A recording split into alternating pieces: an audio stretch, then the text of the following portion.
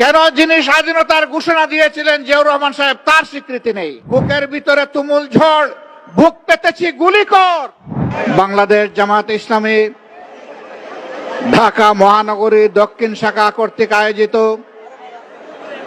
প্রিয় বাংলাদেশের ৫৪তম স্বাধীনতা দিবসের প্রাক্কালে বিজয় মিছিল পূর্ব এই সমাবেশের সম্মানিত সভাপতি, মহানগরী দক্ষিণের সম্মানিত আমির, কেন্দ্রীয় নির্বাহী পরিষদের অন্যতম সদস্য জননেতা জনাব নুরুল ইসলাম বুলবুল, মঞ্চে বসা বাংলাদেশ জামাতে ইসলামীর অন্যতম নির্বাহী পরিষদ সদস্য বিশিষ্ট আলেমে দ্বীন জনাব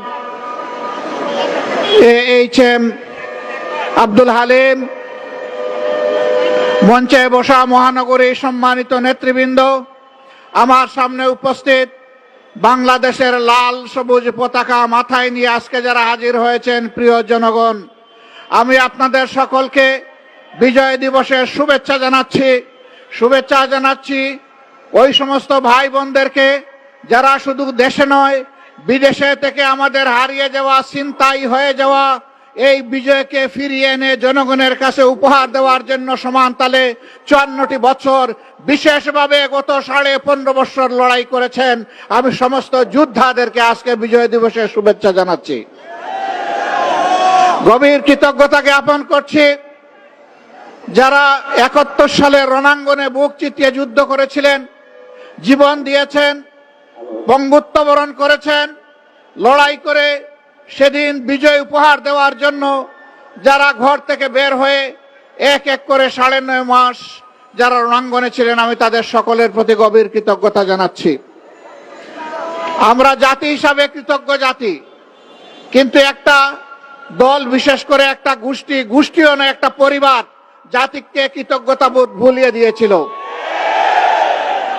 স্বাধীনতার সমস্ত অবদান, ক্রেডিট হাইজ্যাক করে একটি পরিবারের সম্পত্তিতে পরিণত করা হয়েছিল।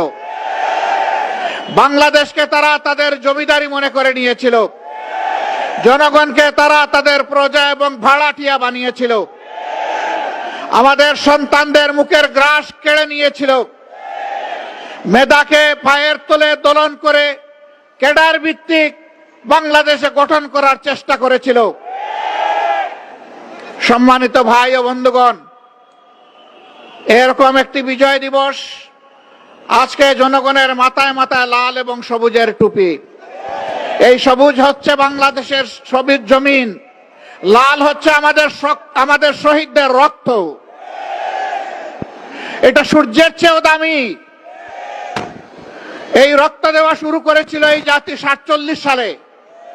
তখন থেকে রক্ত দিয়ে দিয়ে ২৪-এর ৫ আগস্ট পর্যন্ত এই রক্ত দেওয়া অব্যাহত রয়েছিল। দুঃখের বিষয়, ৪৭-এর পরেও জাতি স্বাধীনতার সুফল ভোগ করতে পারেনি। আবার ৭১-এর পরেও জাতির স্বাধীনতা হাইজ্যাক হয়ে গিয়েছিল। আজ পর্যন্ত কোনো জবাব নাই এই জাতির সামনে।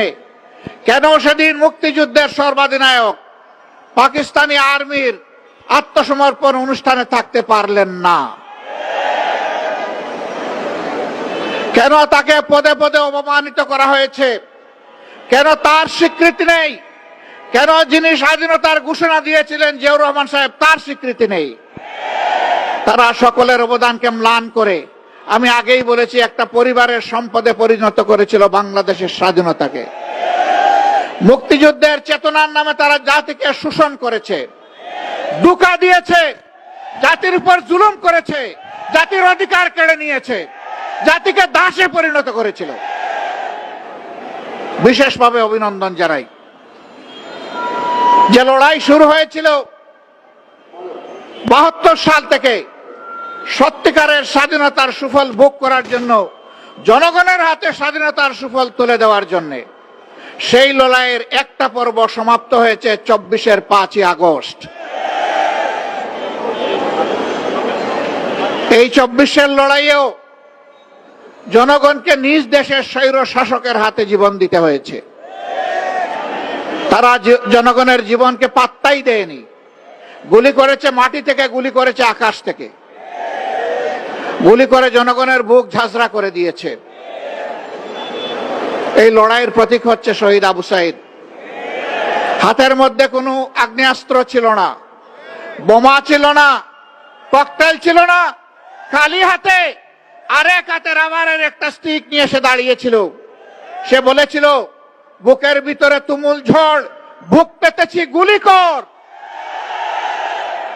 সেই জ্বরটা কি ছিল? সেই জ্বর কি একা তার ছিল? নিশ্চয়ই না। বাংলাদেশের অধিকার কেড়ে নিয়ে, জনগণের অধিকার কেড়ে নিয়ে জনগণকে যে দাসে পরিণত করাইছিল, সেই ঝড় তার বুকের মধ্যে ছিল। এত রক্ত, এত ত্যাগ, এরপরে আমরা যেটাকে বলা হচ্ছে দ্বিতীয় স্বাধীনতা, এই স্বাধীনতার প্রতি সম্মান দেখানো এখন আমাদের নাগরিক এবং জাতীয় দায়িত্ব। জীবন দিয়ে যারা বিদায় নিয়েছে তারাও আমাদের জাতীয় বীর। এই লড়াইয়ের ময়দানে দেশে বিদেশে যারা শরিক হয়েছে তারাও আমাদের জাতীয় বীর। আমরা জাতীয় বীর দেখে আমাদের উচ্চ শিখরে রেখে তাদেরকে আমরা সম্মান জানাতে চাই। জাতীয় বীরদের এই অবদান কোনো ব্যক্তি, কোনো পরিবার, কোনো গোষ্ঠী, কোনো দলের লোলুপ দৃষ্টির সামনে এটা যেন হারিয়ে না যায়। বাংলাদেশের জনগণকে পাহারা দিতে হবে। আপনারা পাহারা দিতে পারবেন? 24 ঘন্টা, 365 দিন, বছরের পর বছর, যুগের পর যুগ, শতাব্দীর পর শতাব্দী সেই পাহারার জন্য আমাদেরকে তৈরি হতে হবে ইনশাআল্লাহ। আজকের এই র্যালি থেকে আমরা জানিয়ে দিতে চাই, বারবার বুকে রক্ত দিয়ে যে জাতির স্বাধীনতা আনতে পারে, সেই জাতির সন্তানেরা আর এই স্বাধীনতা কাউকে আর ছিনতাই করতে দেবে না ইনশাআল্লাহ। আমরা সবাইকে ধৈর্যের সাথে বাংলাদেশ গঠনে অবদান রাখার জন্য অনুরোধ জানাবো। কাউকে যেন কোনো অস্থিরতা পেয়ে না বসে। আমরা পরিষ্কার বলে দিয়েছি, 15.5 বছরে কিছু আবর্জনা, কিছু জঞ্জাল তৈরি হয়েছে, সেই জঞ্জাল পরিষ্কার করতে হবে। নির্বাচনের জন্য যা করা দরকার সরকারকে তাই করতে হবে। যে উদ্যোগ নেওয়া প্রয়োজন নির্বাচন কমিশনকে সেই উদ্যোগ নিতে হবে। এই উদ্যোগে আমরা কোনো ব্যতিক্রম, কোনো শিথিলতা আমরা বরদাস্ত করব না। ঘরে ঘরে জনগণে গিয়ে এই তালিকাকে নিশ্চিত করতে হবে। যারা চুরি করে ভুয়া ভোটার হয়েছে, একাধিক জায়গায় ভোটার হয়েছে, তাদেরকে এখান থেকে পাক সাফ করে ফেলতে হবে। যারা ধোঁকা দিয়ে একাধিক জায়গায় ভোটার হয়েছে, ওরা আদৌ ভোটারের যোগ্য কিনা সেই সিদ্ধান্ত নিতে হবে।